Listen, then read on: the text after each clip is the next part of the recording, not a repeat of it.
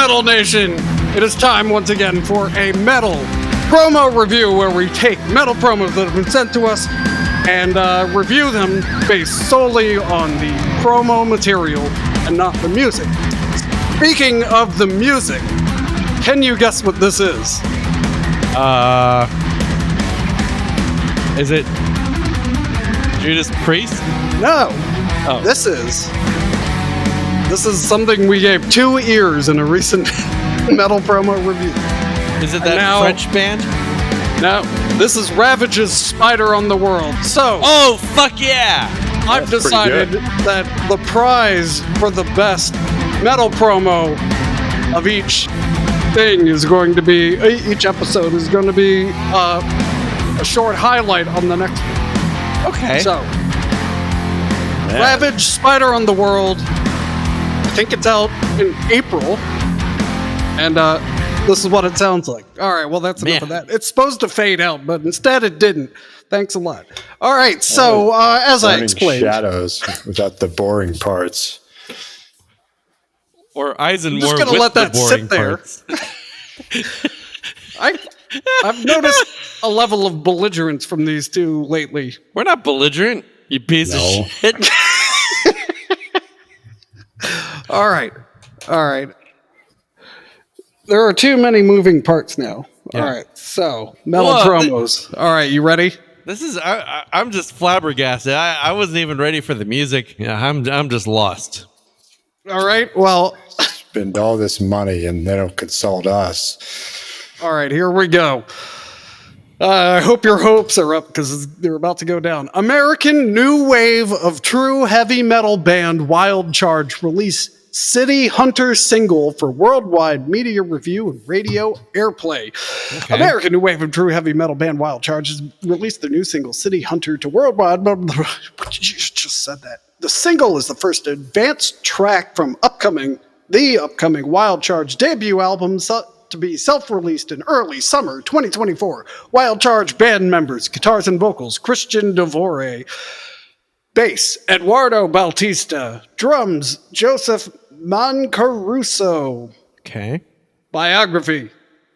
Wild Charge was started in 2011 as a school project by Chris McLeod and Sebastian Angini. He's a good boy. While attending Musicians Institute in Hollywood, California. Yes? What? So this is a school project gone wild? At the Musicians Institute in Hollywood. Is that a thing that I'm supposed to know what it is? After graduating in 2013 and going their separate ways, Chris decided to continue the project, recruiting longtime friend and bass player Eddie Bautista and other friends to continue the project. Chris and Eddie persevered through lineup change after lineup change for 10 years. I love it when bands put that in because it's like, no one will work with us because we're assholes. Because that's always the impression I get. You know, maybe the problem isn't them, maybe it's you. Anyway, they finally met drummer Joey Mancaruso. With this last piece of the puzzle, they were able to finally capture the sound they had been searching for a decade. Chris has been in several bands over the years, including, of note, Mad Ross, of which he participated in a U.S. tour with.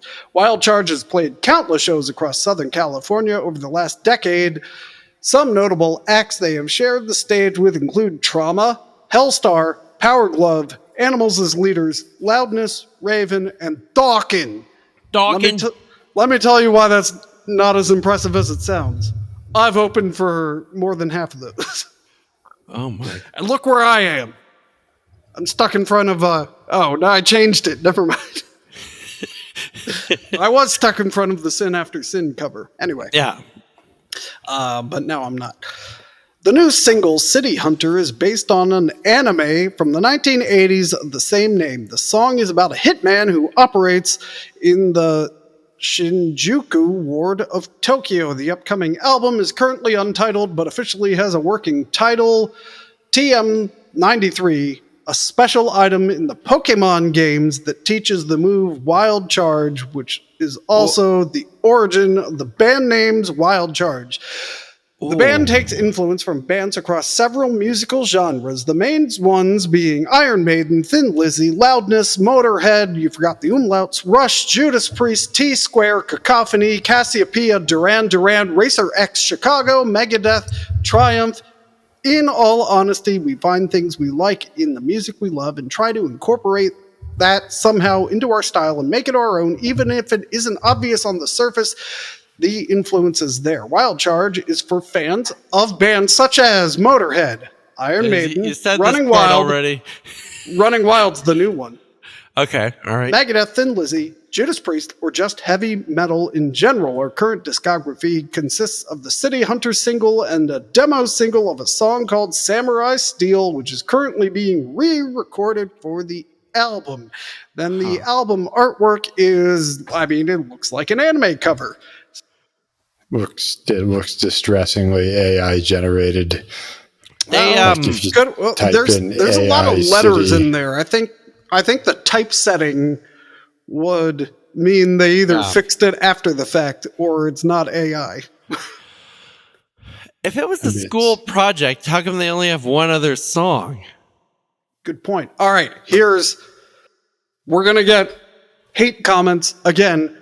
American New Wave of traditional or true heavy metal or blank heavy metal is not a thing. Nope. And then you list not, what is this list? Duran Duran, you say true heavy metal and Duran Duran in the same thing? No, you're wrong. And you can't reinvent true heavy metal. It's either true or it's not.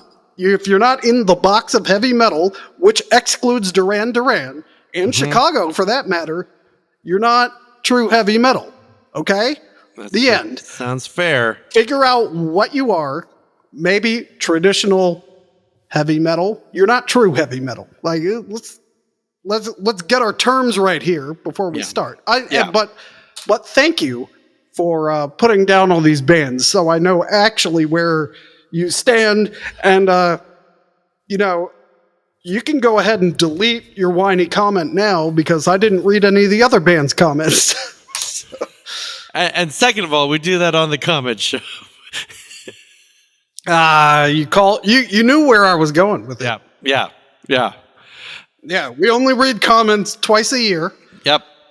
I just know that they were whiny. But clearly. That's not Wild Charge. Yeah, so I'd be interested, but my main objection to this is that they say they're true heavy metal and Pokemon. The true heavy metal and anime. The true heavy metal and Duran Duran. No, come up with a different description of your sound because it is inaccurate, period. Yeah. Despite all that, I'm going to give this 1.5 years. Yeah, same. Well, I've been doing a little research about the Musicians Institute. It is really in Hollywood. It is really straight up in Hollywood. And I just hope that they paid attention at Professor Marty Friedman's guitar class. What? Because... What? Yes, that's right. According to the list of guest instructors, current and former, guitar, Jimmy Boyle, Kim Carroll, Steve Vai, Marty Friedman. So Why'd you say it like Baltimore? He lives in Japan now. He went to Laurel High School. Yeah, he's Marty Friedman definitely says his name, Marty Friedman. Marty Friedman went to Laurel High School? That's amazing. Yeah, he was born in D.C. The other people I know who went to Laurel High School are not amazing. So because of that, and I am promoting my rating to 1.75 years. Yeah, in honor of their spiritual and actual mentor, Marty Friedman, I'm going to give them a 1.664. Yeah. Our grievances about a movement that doesn't exist aside, they seem pretty promising. Yep. Okay, next up, Walk Into the Ocean with Iceland's DRUNGI's new single Alda off upcoming album Hamfarir Hugans, out April 2024. You get to hear me try to pronounce some Icelandic here now. I didn't know we were a new wave show. All right. First the band is Magnus Addy Olafsson, bass, Sandra Maria Berthorsdottir, drums and vocals, Sjafnar Björgvinsson, vocals, Runar Galti Gunnarsson, guitar, Marcus Loki Gunnarsson, guitar. Wait, hold on. I have to write down Sjafnar Gunnarsson for my next name for the podcast. Oh, I think Berthorsdottir is the best one because it has the P, but it's like a DP. wait, never mind. Oh. It has that letter that English used to have and doesn't anymore. Oh, the thorn. Yeah, thorn. They also later on are coming some curly D's with a slash in it. Anyway, Iceland's DRUNGI channel the vast landscapes of their homeland into eerie and powerful metal that will invoke a variety of emotions and cast the listener into folklore accompanied by exciting music. They are releasing their debut album Hamfarir Hugans on April 5th, and the first look is with the single Alda Wave, which is out now on YouTube. The band had the following today about this release. That's either a typo or just awkwardly phrased. Yeah. But well, they don't speak English as their first language. Their English is better than my Icelandic, so I'll that's true. All right. Quote, Alda was the first official single off our upcoming debut album. Having been in the back of our bassist's head for numerous years, he presented it to the band, and we took pity on him. And something clicked in everyone's mind. Why are you letting the bassist write songs? Yeah, don't let the bassist... Following the intense feeling of drowning in one's emotion and the sometimes suicidal feelings one has following a downforce of emotion, the song emphasizes that feeling with a rhythm pushing the oceanic feeling forward. The band continues to say that the flow of writing for Alda was significantly faster than most of their other songs, and it spoke to them in a way that many others had not, and thus it received the first single spot along with the first track of the album. It was something they knew right away would be a song worth sharing with the masses. The suicidal imagery of the songs comes from the Icelandic saying, Afganga I Soyin, or walking into the ocean, which is still to this day a form of suicide practiced in Iceland, something each member of the band can connect to. Tragic, yes, but that is fucking metal as fuck. I'm gonna walk into the ocean. Fuck you. DRUNGI, formed in 2019, is comprised of... I already read all these. Yeah, did we say this already? Skip ahead. The band has been on a steady rise, captivating audiences with their unique blend of rock, black and roll, and doom. Having played notable festivals such as Lemmy Rock Festival 2022 and Culture Night 2022, DRUNGI has become a force to be reckoned with in the Icelandic music scene. Track listing: Alda, Doka, Offerð. Oh man, how do you pronounce a K in Icelandic? Is it like in Swedish where it's like an S, SH? I don't know. I'll pretend it is. Sritha, frost. I wonder what frost means. Skjalfti, Kvika, and Murkur. Band lineup, live lineup. Is it identical? It's the same. Why did they separately list a band lineup and a live lineup when they're identical? Yeah. Well, anyway, that's it. The album artwork is, well, it's an Icelandic fjord, it looks like, but it's in one of those optical illusions. Yeah. It's like a magic eye kind of. It looks like the silhouette of the guy from the Unforgiven video. But he's thinking about Iceland twice, maybe.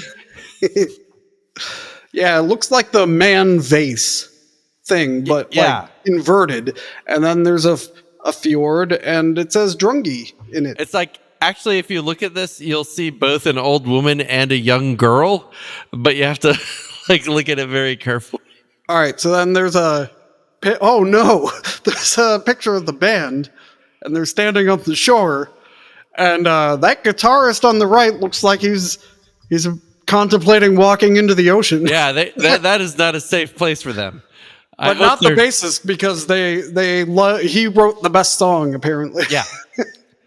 Well, he's safe, but the rest of this band should not be by the shore. All right, so my take on this is most Icelandic metal is weird. Yep. Like good weird, usually. So this sounds weird. I don't know. I feel like I would have had the same amount of interest if you just said Iceland Drungi. I'm like, oh, okay. Yeah. But then add in the thing about walking into the ocean, which is metal as fuck. Mm-hmm. That boosts the score. I'm going to 1.3 ears. 1.3?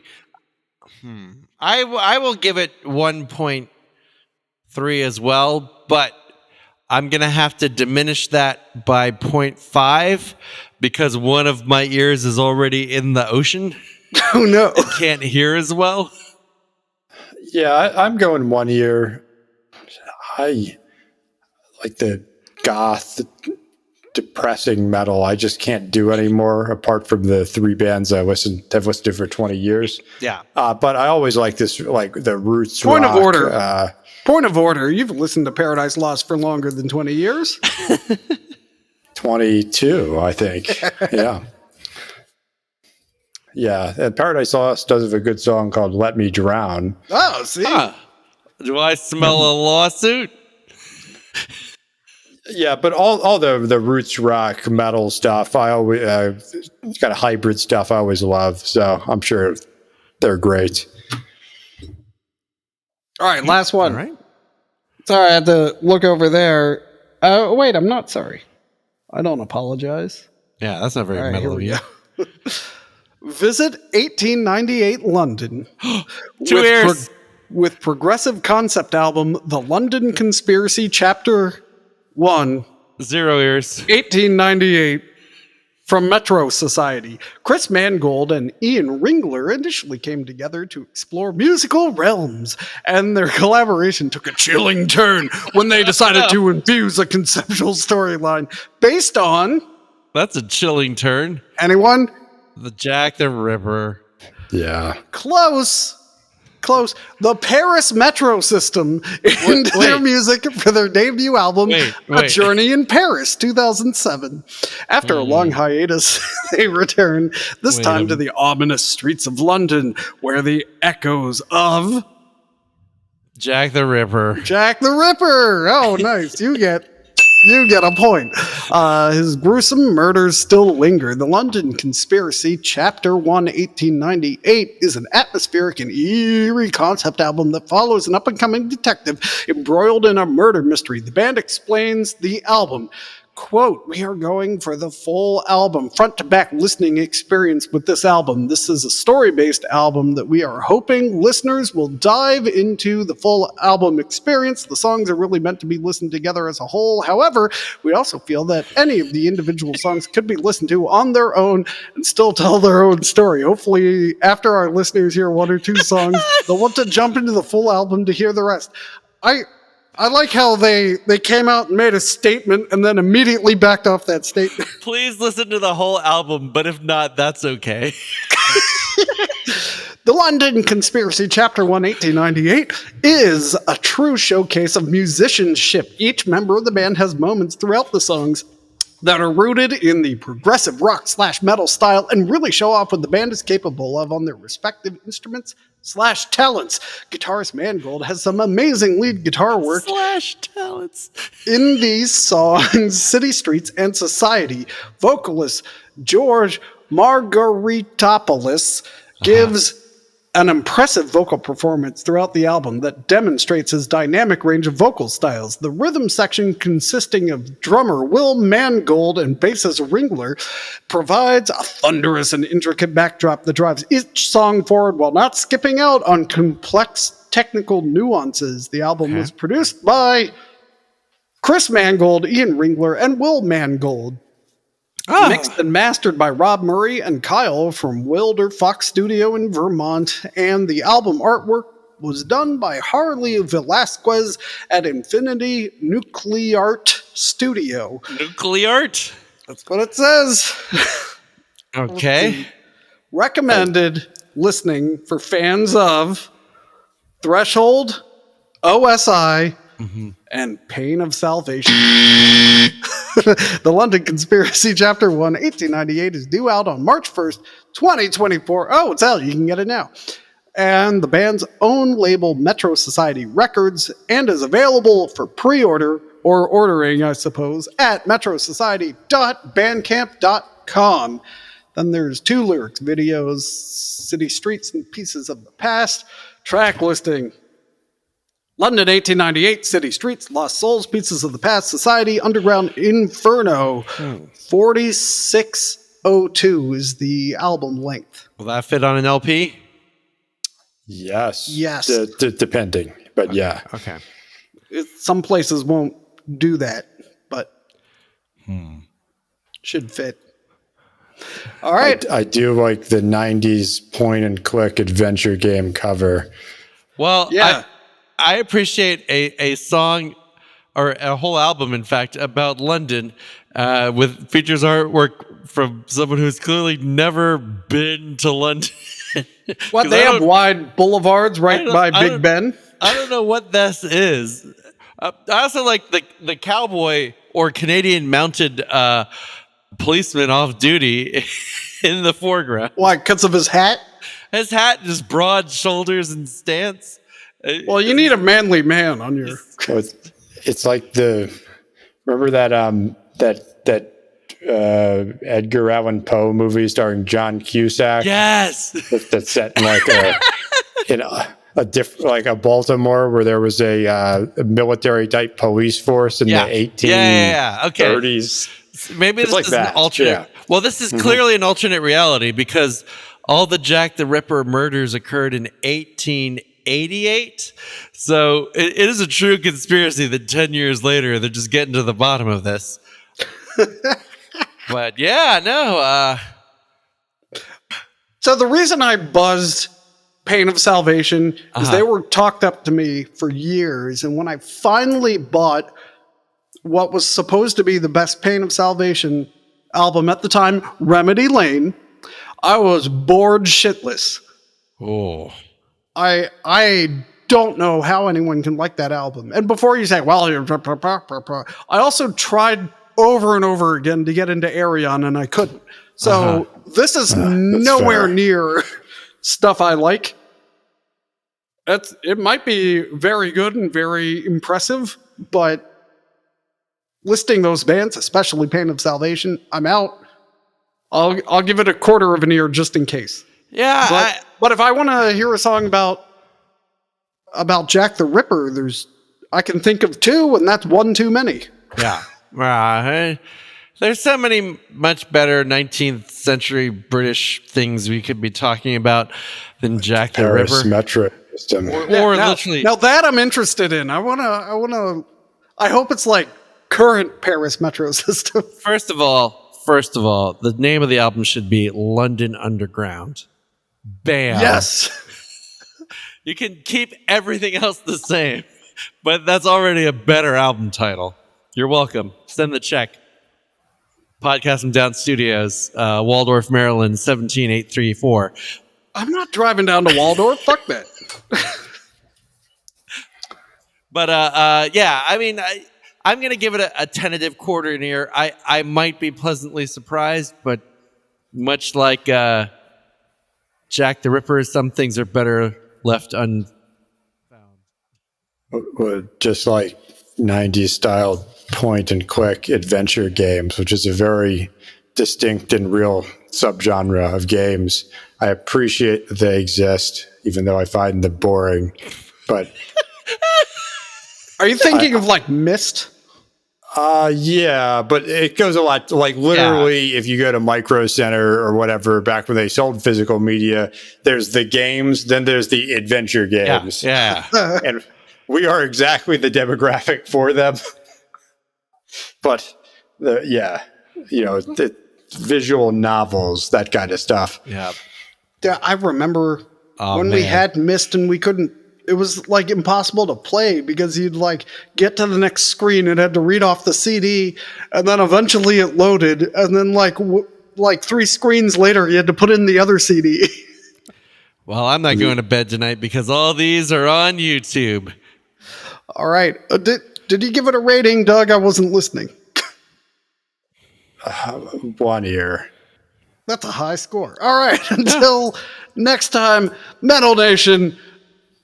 Click and shit. You know, we revamped the opening and forgot to revamp the closing, and I wasn't prepared. So we'll just we said what the show's name is. Yeah. But we'll give my closing this. All right, keep listening to Podcast Them Down next time. Podcast Them Down. I was thinking the show got a new name, and we weren't told about that either. Coming soon to the Patreon, Doug and Matt review Sam and Max Hit the Road. Dude, totally do it. All right. The ridiculous cult following around that Blade Runner game from 97. God, yeah. You're just cosplaying, like you live like a 4 below Rick Deckard. I wonder what he's up to. Yeah. I just remember you can check your voicemail and it's like, and he goes, "No messages. I'm in demand."